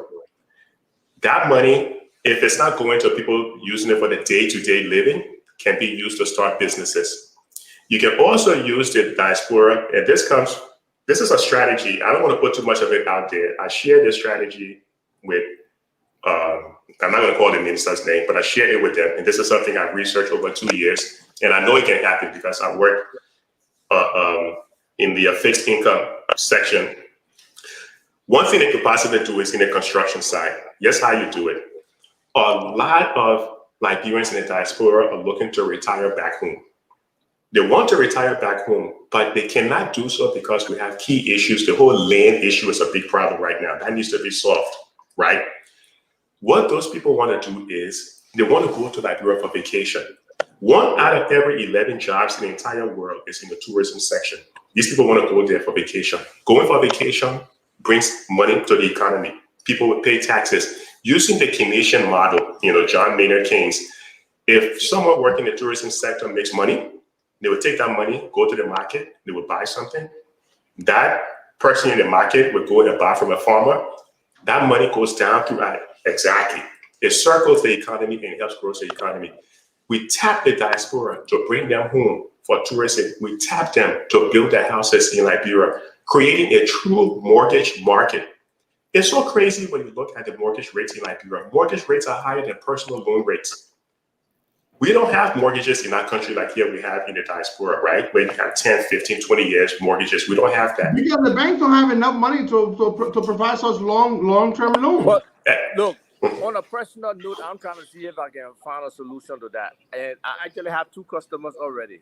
We'll be building homes through using project management and monitoring effectively those builders. People really do want to come back home. They want to come back to a place that they can be comfortable in. Not necessarily the level of quality that's here, but somewhere that's comfortable for them in Liberia. And we are able to peaceful but and many secure. people cannot trust their family members. They cannot trust the regular contractor. They need some level of oversight. So we have put ourselves in that position and we bring more information to the public. But Lawrence, you are totally right. Many people see Liberia as an attractive, environment for retirement because they will still be of age. Most of the people 65, 70. My mom lived up to 94 and up to 90, she was functional mentally. So for many of these people who are living a healthier life, they are able to do that. They will be able to contribute to society. They will be able to mentor different groups. They will be able to invest in 1 or 2 small businesses with other people that can turn this economy around. So the role of the diaspora is so critical, but I don't see this government making an effort to engage the diaspora in a positive way. And let me say this real quick. I pitched this idea to OPIC and even had a conversation with, of all people, Ed Royce. When we were at the U.S. Global Leadership Conference with Pedro, I pitched it to Ed Royce. He heard it. I've been communicating with the folks at OPIC. OPIC was kind of discouraged in doing business in Liberia because they said they tried something there one time and it got ripped off. So they weren't interested. The biomass guy. Yes. Became renewable. Exactly. So they were kind of hesitant with dealing with Liberia. But the U.S. government have set aside a similar program in East Africa. We have a long relationship in Liberia. They have a long relationship in Liberia. They're willing to do it in Liberia, but with the right leadership. Wow. With the right leadership, integrity, we can grow that economy tremendously. Madam Sirleaf received $2.6 billion from the U.S. government, excluding the $600 million she received during Ebola. That money can be used to build that country, but you can't have money missing in the country and, you're saying you're doing mop-up and there's so much of irregularities with the mop-up and all that stuff, and you expect people to want to pay taxes in our country? No. And your financial data at the central bank is wrong. It's wrong. How can your economy start collapsing and you're saying you're generating more revenue? What kind of economics these guys are running in that place? Now, guys, you spoke about remittances, particularly from the United States to Liberia. This has been a lifeline for our country, representing over 20% of the country's GDP. This is how a great many Liberians, that's how they sustain themselves. That's how they pay tuition for their kids, pay their rent, and buy food and medical bills and stuff like that. But we've seen over the last few years, even before COVID struck, which of course impacted people's finances here in the US, but even before COVID, we saw a decline in remittance outflow to Liberia. Don't you think that's part of the reason is the lack of, confidence in the government, and people were kind of like scaling back on personal projects and stuff? Do you think that's the case, Isaac? Well, and you look at it too, a lot of people, there are other outlets now to get money to Liberia. So it may not be just totally people are not sending money to Liberia, but sometimes now people are sending money by people. People are carrying more money and not declaring that they're bringing more than 10,000 to the country, or leaving wherever country they're coming from with more than 10,000. But that's always been a trend. But at the same time, we have the official. I mean, we have the established remittance channels that people know and use, but we've still seen a decline. But let me just give an example. If we say our inputs are declining, are we not bringing stuff to Guinea and Ivory Coast now? Yeah, stuff still coming in the country. So we've seen increased transshipment. A lot of people are using the Guinea route to bring in cars because of the high customs duties at the port. Yeah, I mean, yes, there's low trust in this government. Obviously, certain investments will not be made, certain monies will not be coming to Liberia. The fabric of the society itself is rotting, so people's trust in other individuals very limited. Nobody want to be accountable to each other to really say, look, I use your $50 for X, Y, Z as you told me to. Yeah, your $5 change. Nobody brings change. Nobody. So it's tough when from the very top you are misusing international community monies, redirecting it to different purposes or repurposing it for the wrong reasons, all the way down to the layman who his mom or his brother or his sister sending him money to do one or two things, and he not doing it, and he will give any kind of funny excuse, to not do what he or she, supposed to do. So again, mindset change. We've got to push for people to change the way they approach these things, the way they do these things. It's not an easy thing. It's easy to talk about, but it's very difficult for people to change behaviors, for people to change attitudes, and for people to change the way they regularly do things. Custom, norms, all of those things are difficult. So we just have to keep talking, keep showing how wrong it is for people to just, misuse other people's money or abuse other people's property and not be responsible towards the people who, hold them in a particular situation. So we just have to keep trying. We can't give up. We have to keep working, keep trying. And these kind of platforms where we can talk to our people, over extended periods of time, that they can themselves can start to model certain behavior towards other people, would be how we bring that change. But we really, really do need change. But remittances to Liberia has always been a lifeblood of the economy. It's always been a lifeblood. We've been sending hundreds and hundreds of millions dollars to that country, but it has fallen over the past 2 years. So what any smart politician or any smart person running for a government, for a president should be doing right now, do a quick study. Don't make any assumption as to why people are not doing it. I would run a quick study. Is it because people don't trust the government? Is it because people lost their jobs overseas? But I would run a quick study to just understand what's happening, and that goes with, talking to Liberians in the diaspora. Why is it that you're not sending money back to Liberia? That's all you need to do. That's how you conduct such a study. Yeah. Talk to the people who send the remittances. And then when you understand why they're not doing it, then you can craft a policy to make sure that the level of remittances we've been sending, we go back to that level and we start increasing it, because we start appealing to them based on what they were doing to get the money in there. So yeah, run a quick study to understand the underlying issue. There is another element to that though. Most of the people are still sending, but just not as much as they used to send. Yeah, there's another element to that. Folks, so let me ask a question. Mm-hmm. Since probably Samuel Stewart roadshow to convince people maybe how he spent the 25 million or whatever, how substantially has the government engaged the people in the diaspora since then?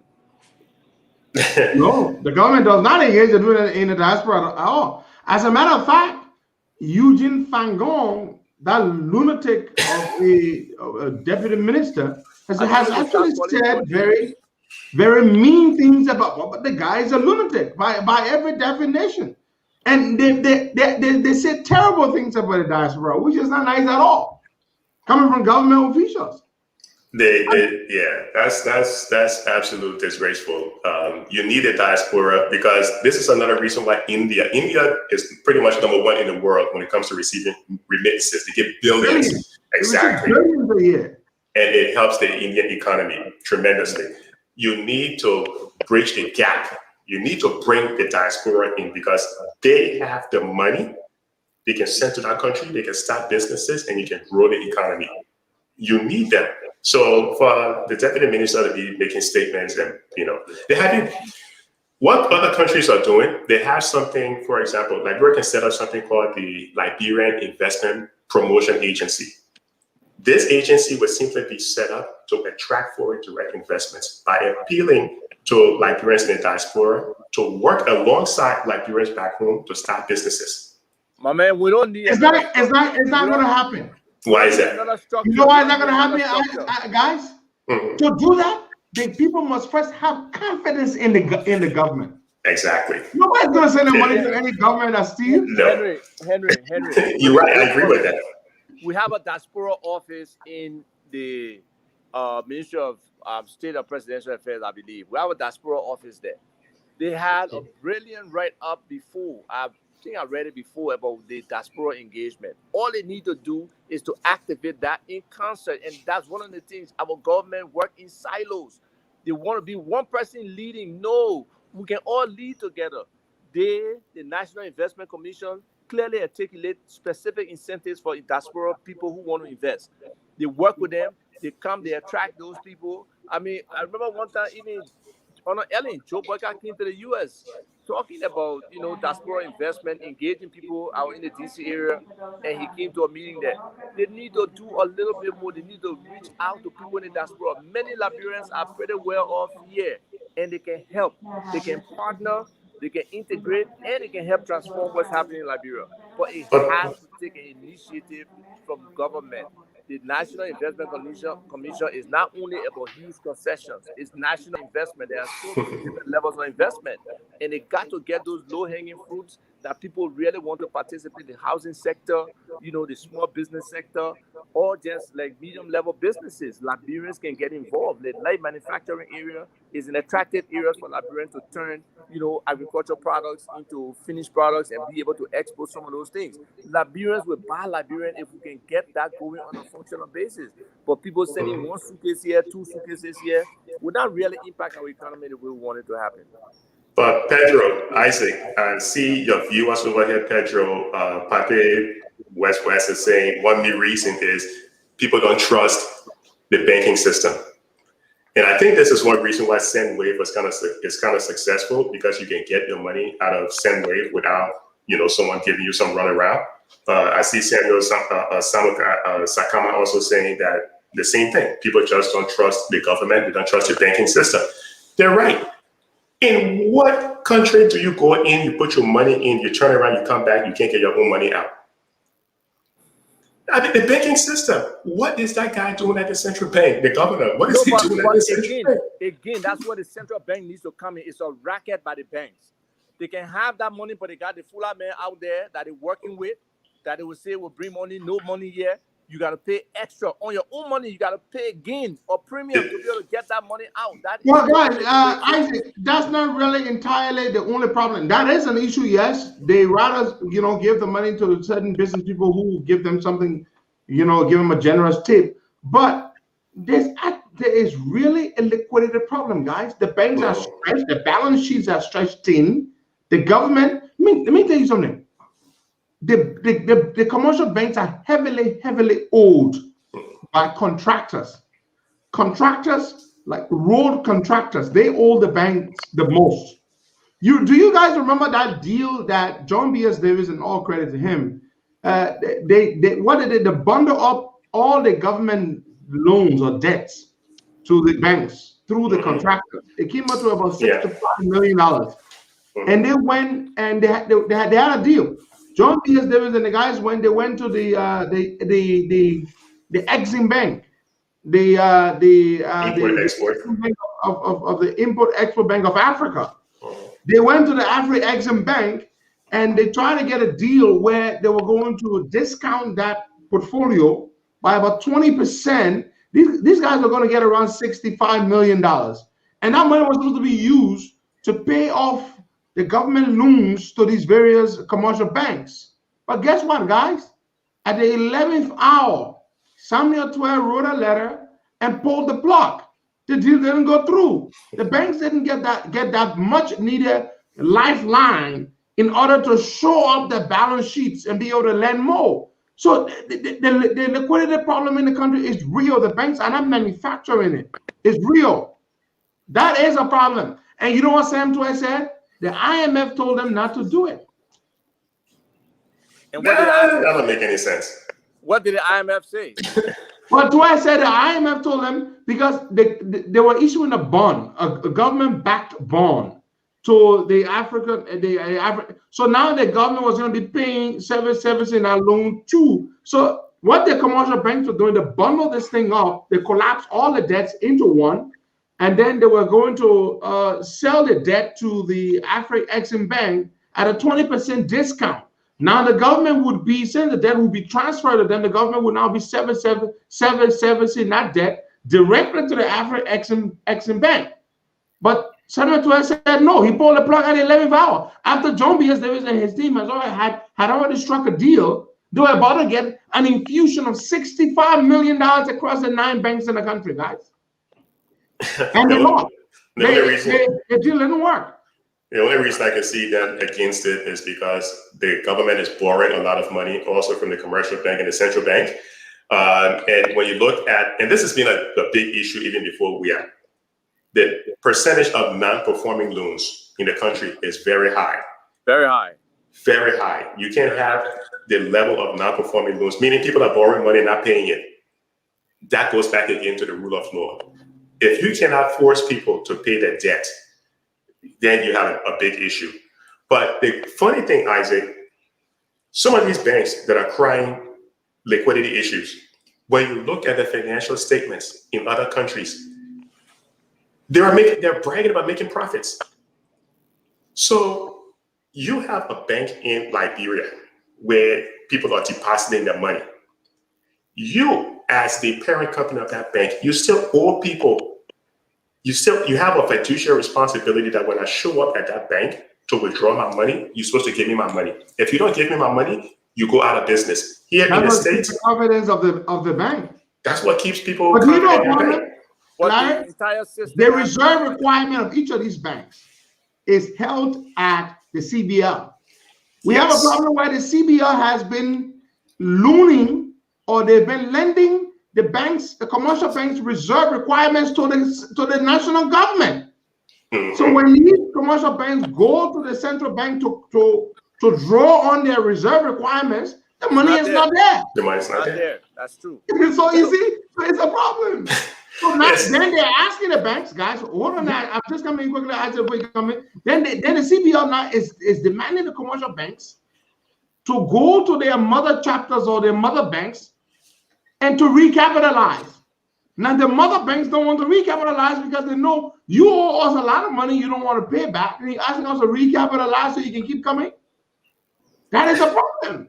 It is a vicious cycle, but the central bank somehow, all those controls that they talked about in the Crow report, where are they? Where are we today? And that's the thing. Well, they say they're working with the U.S. government to help them put in place those controls, those control mechanisms. Those controls are not secret. Let's see practical examples of those controls, how they manifest towards the commercial bank and other economic activities in the country. We're not following that. That's something the opposition should be really on top of. Isaac, lead that team, man. Opposition. Isaac, lead that. No, the opposition needs to have a think tank of brilliant people who are not necessarily political. It doesn't have to be political. It can be. These people such as yourselves, the both of you here, I would highly recommend to form part of that particular team. Should be there to be doing the work that the opposition people are not able to do, and to regularly sit them down and have briefing sessions with them, PowerPoint presentations, and be collecting data on everything and analyzing and really help them crafting solutions. Because again, we talked about this before. A loose relationship like this particular CPP. Do you know that the CPP does not have a platform? That's exactly the point I was just about. That's a big problem. They don't have a platform, Larry. That's a big problem. And yet they criticize the CDC that it didn't have one. The CPP claims that we are smarter people than the CDC people, but we don't have a platform. You need to, by now, you need to have your platform. You need to be testing your platform to see reactions to that platform, so you can fine tune it. Get a stand-up bearer on his individual platform. Is that what they're going to do? That's a strategy. Yeah. The opposition need to be serious. We really, really need change in this country, and if they can't demonstrate that change prior to coming to power, then it will be the same thing. That will just be people coming to power because they want power, because the people are tired with the incumbent, and it's an opportunity for them. And we can't keep using our people. We can't keep doing like that. We have to get governance that really changes the parameters around how people are living, what their social standards are, what their opportunities in life are. Some people really cannot see themselves getting anywhere above where they are today. They have no example of how they can do that. And that's what needs to change. That's what you need to say, look, we the opposition, we invested in these 10 people here, and see where they are, where they were 2 years ago, see where they are today, how they are thriving. If given the opportunity, we can do that across the country. And they can demonstrate those kind of things, then we really in problems. You know, one thing that kind of catches me on the economy as well, and I'll come back to you, circle back to you, Isaac, real quick, is how do you nominate and get someone in a position of the CBL who has no financial background, who hasn't really served in the capacity of someone at that level to run an economy? The central bank has really three key mandates, right? Lower inflation. We have double digits inflation in our country. And I can't believe Patriot worked in the CBL for over 30 years, and some of the stuff he was saying, you know, it was absolute nonsense. You have to reduce unemployment. Can the CBL put out data on what the current unemployment rate is in our country? No one knows the current unemployment rate. They will say vulnerable employment is employment. So they will say exactly. They're using all the little petty traders as being employed. That's not real employment. No, it's not. No. You need to stabilize the economy. How can you say you have a stable economy when the banks have liquidity issues? That's nonsense. The banks shouldn't have liquidity issues. That's a problem. You cannot do that. You know how many banks are taken over by the FDIC in the US? On average, it's about 400 to 500 banks per year. You don't feel it because what the FDIC does is they will come in, they will simply move you and merge you to a larger bank. JP Morgan Chase, it's a combination of banks. It was Manufacturers Hanover Trust. Wells Fargo. Wells Fargo got bought. Well, exactly. You know, Wachovia, Nations Bank, they're all embedded in that Wells Fargo. But JP Morgan. Our regulator itself needs to be regulated, and that's where the regulators are poor in their jobs. They're not regulating the financial sector. They don't understand it. They don't follow what's happening. I mean, what is our comparative with other banks, central banks? Now, guys, there's this thing that I've been talking about for years now. And it's not an original idea of mine at all, but it makes sense. It's worked before.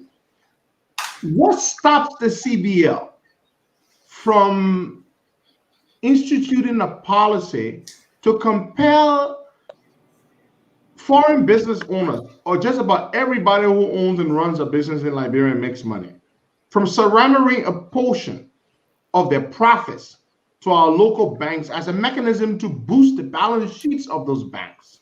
What stops them? To enhance liquidity. Isaac Vatukpa runs a chain of stores. At the end of the year, he makes $3 million US in profits. Isaac Vatukpa wants to remit all of his profits to his bank accounts in Europe or America. Why should we not say to Isaac Vatukpa, no, this money was made in Liberia.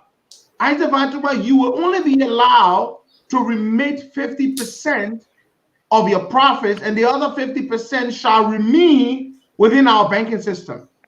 What stops them from doing that? Leadership and courage. They lack the leadership at the CBF, and they lack the courage. Export proceeds surrender. What stops us from telling the likes of ArcelorMittal, the likes of China Union, you make a lot of money in this country.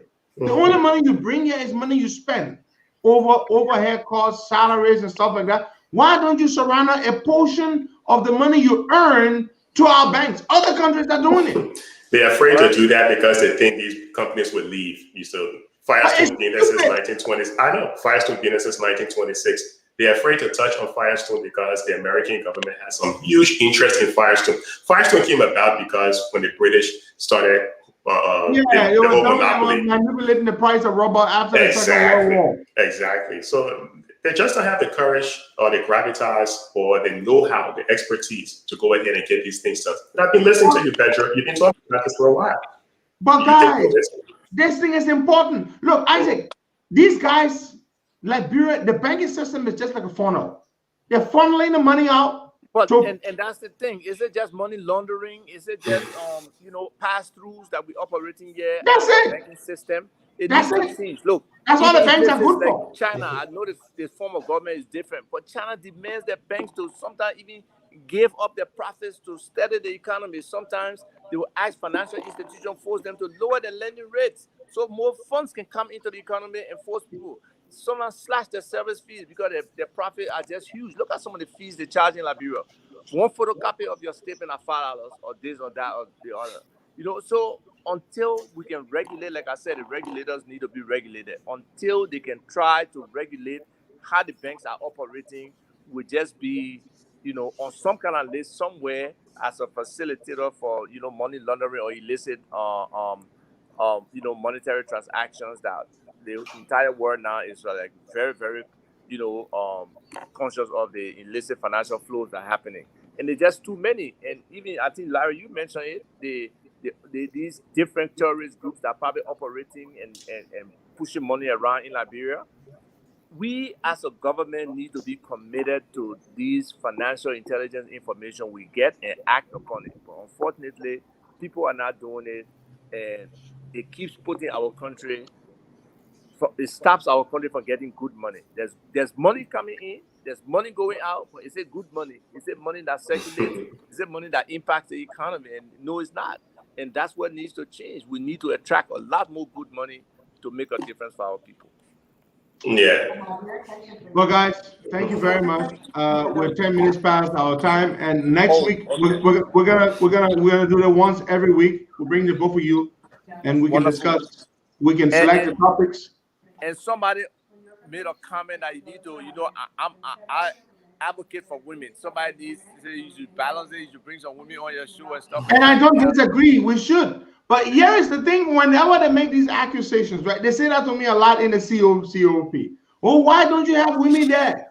Well, we do have some women, but oftentimes the women don't like to take the front row. And the women are not very political in our country. We have to start changing that mindset, Costa. Even in our political space, look, I work with some women in the background, and what you're saying is kind of true. They don't want to come to the front. But we have to try to push them because they are smart people. They are typically better planners. They will look for all the different. Very hard working and passionate. Bring it. So let's try to push our women. Let's try to make our, as much difference as we can with women to be a part of these discussions, to be a part of the political space. Not necessarily one that just come and be. But I know some women who like the front row seats though, very much so. A little too much. All right, guys. Let me come. All right. All right, man, Isaac. Take care. On People's TV sometime later today. Thank you. All right. Very good. Thank you so much, guys. Yeah, all right. Thanks a lot. And Isaac, thank you so much. We look forward to having you guys back next week here on the program. And my apologies to George for calling him Black. I didn't notice they didn't change that name. Oh no, yeah. He's using the login there, but that's George. All right. I like it. All right, folks. We're gonna be back here Monday. Happy holiday to you all out there in Liberia. Once again, I want to say happy birthday to Sister Anna Hart, today's your birthday. We wish you all the best. And we will look forward to a great celebration of your birthday on Sunday. To Brother Siaka Sise, today is your birthday, Siaka Sise. Happy birthday to you, Siaka Sise. I wish you a very, very happy one. Holly and Holly Jones, the wife of our dear brother W. Ivan Jones. We want to say happy birthday, happy pre-birthday to you, Holly. Your birthday is actually on Sunday, the 16th of May. But because we're not going to be on Sunday, so we don't want to say happy birthday to you. I want to say good morning to every one of you, Brother Samuel Sakama there in Australia. Good evening to you and all of our folks in Australia. Yasa Buwe Sadie, good morning.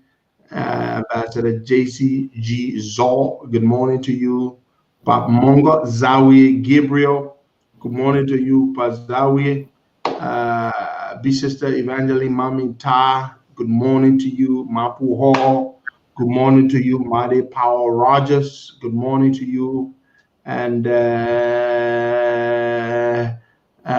Mada Bidel, I hope I'm pronouncing your name correctly. Brooklet, good morning to you or good afternoon. It depends where you are. Yes, so George. Yep. How's the holiday, my man? How's the holiday? I still be home, but yeah, the people say they ain't let the way you dress because they don't know today the holiday. Sure. And you saw some in the comment. They say why you gonna wear something that come in the studio. Don't mind that. George not supposed to be here today. George came today because I asked them to. Today's a holiday. They're not supposed to work. So he just ran here, my man. So how many bottles of light beer you drinking today? I don't know nothing, man. You know, no more fee. You get something, man. Don't lie. No more fee, friend. Okay, so how much for one large beer? One large beer, 400. Me and Anthony here this morning. The other guy. I Anthony. I asked him for you. I asked him for you. And John, how many large beer you can drink before you know you all right? Well, I hit like a hit, but 10 bottle of inside. So you can't lie. You can't drink no 10 bottle. You'll try me one day. 10 bottle of large beer. Look at the burger line. You try that one, they will put you in wheelbarrow begin. The van. I was saying you 4 bottle of large beer money. And I 400 times what? 400 times 4 hours. Okay, I was saying 5. 5 bottle of large beer. Thank you.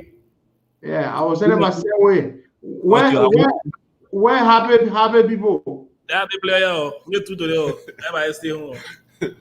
Happy people, happy player. How you doing? I'm all right. So what do you drink? I can drink stuff. Yeah, drink stuff. How many bottle of stout you can drink before you know you're correct? Huh? How many bottle of stout you can drink before you know you're correct? I can drink 5. You can drink 5? Yeah. And how much stout? Yeah, today I'm drinking stout today. Oh, what do you want to drink today? I just want my money to be in my pocket. Oh, you want money to be in your pocket? Yeah. John, you're saying we're working? Yeah. Okay, so listen now. So 400 for 1 bottle of large beer, right? Yeah. 400 times 5 hour, and at 2G? Yeah, 2G. You sure that 2G? Yeah. Okay, 2G that what in USD? What's the rate? The rate. 172. Yeah, so 2G will be what in US? Yeah. I ask you, don't say It'll be yeah. 20. What is $20. Send 20 bucks. It will never $20. 2G, not $20. But you know the fee are up since I owe. Okay. I was saying $30. The 2 of you. I get that. Thank you. Okay, I'll make it 35. Okay, boss. That's my boy. What I let you for? You Go drink your go drink your last beer. Okay with that though. Stay that. All right, guys. Thank you very much. Thank you. Oh, hey, look, I gotta tell my money bow. You see, B sister, evangelist, mommy Thursdays. You want to say you bought now? I gotta go send 35. You want to send my money bow? Okay. Oh. It's just fuck you. You want to send my money bow? Wait, No they money say positive. Ain't good you. No money refundable, chief. What is? The man, no money for him. No money refundable. Yeah, ain't no money refundable. All right, guys. I will see you on Monday. Joy, man, let me know when you receive the money. Yeah. Okay, I'll do that. It's a processing. We'll see. All right, folks. Have yourselves a wonderful, blessed weekend. And I have been your humble servant, Henry Pedro Costa, and George and Anthony. Thanks to them for taking time from their holiday to come and help, do this broadcast, because normally on Fridays, on holidays, we don't do the show. So, but for them to have come, it's a good thing, and I appreciate that. My sister, Love Roberts Ungbang, good morning to you. I hope you're doing good, and bye to you all. Bye bye. I gotta go back to bed.